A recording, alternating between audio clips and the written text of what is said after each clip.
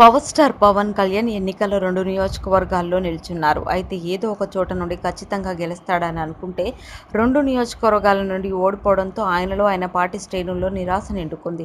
అయితే మరో 5 ఏళ్ల వరకు ఎన్నికలు లేకపోవడంతో ఈ అవకాశాన్ని వినియోగించుకొని పార్టీని బలోపేతం చేయాలని పవన్ కళ్యాణ్ చూస్తున్నట్లు తెలుస్తుంది.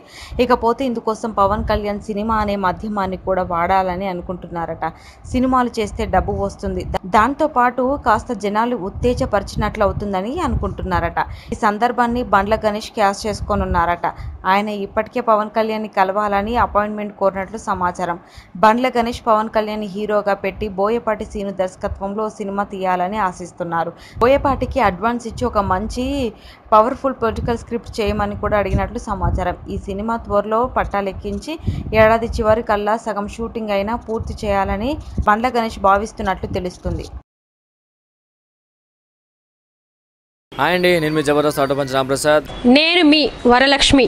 హలో అండి, నేను మీ సుడిగాలి సుధీర్. హాయ్ హలో, నేను మీ కామెడియన్ కుమార్ స్వామిని. హలో, నేను మీ జబర్దస్త్ ముక్కా వినాష్. హలో అండి, నేను మీ చిత్రలేఖ. హాయ్, నేను మీ మచ్చి మాధవి.